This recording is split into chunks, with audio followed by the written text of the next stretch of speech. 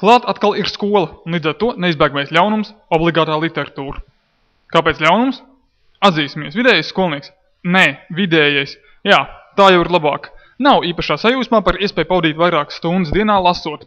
Ja tā vietā var mēģināt iedzīt mugurkaulu pakausī, lēkājot ar BMX-u, vai apciemot maskačku un atkrauties no baraņa 8-gadīgu maskačkas uļļiku, vai vienkārši relaksēties, vaļājoties grāvī savos vēmekļos pēc labi pavadītu tusiņu.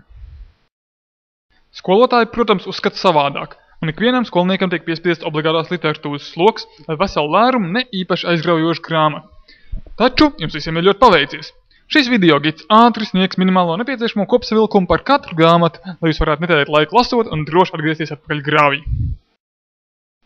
Šoreiz apskatīsim 5. klases mācību materiālu Sudraba Edžus Dullais Dauka. Dullais Dauka ir kārtējais latviešu gaudgabals par mazo nesaprasto amatnieku kārtas puisīti Dauku, kuram ļoti gribas visu izzināt un saprast, bet visvairāk viņš vēlas noskaidrot, kur paliek rietošā saule. Nelaime gan tāda, ka atšķirībā no citiem cilvēkiem, vidējais latviešu amatnieks mīl stulbumu un tumsonību un nav pārāk pretīmnākošs. Attiecīgi, ziņkārīgais puisēns iegūst palamu dullais, jo, nenolieksim no vidēja latviešu zemnieku viedokļa, jebkurš, kurš zina vairāk par rāceni, ir diezgan aizdomīgi un savādi personālī, kuru labāk izolēt no sabiedrības.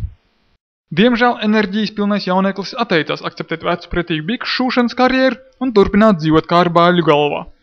Tāpēc Dauka beigās nospēr laivu un aizairējas līdz horizontam paskatīties, kas tur īsti notieks. Ar to grāmata beidzas. Ja šī būtu mūsdienu bērnu literatūra, tad šobrīd viņš nonāk laimīgo ponīzemē.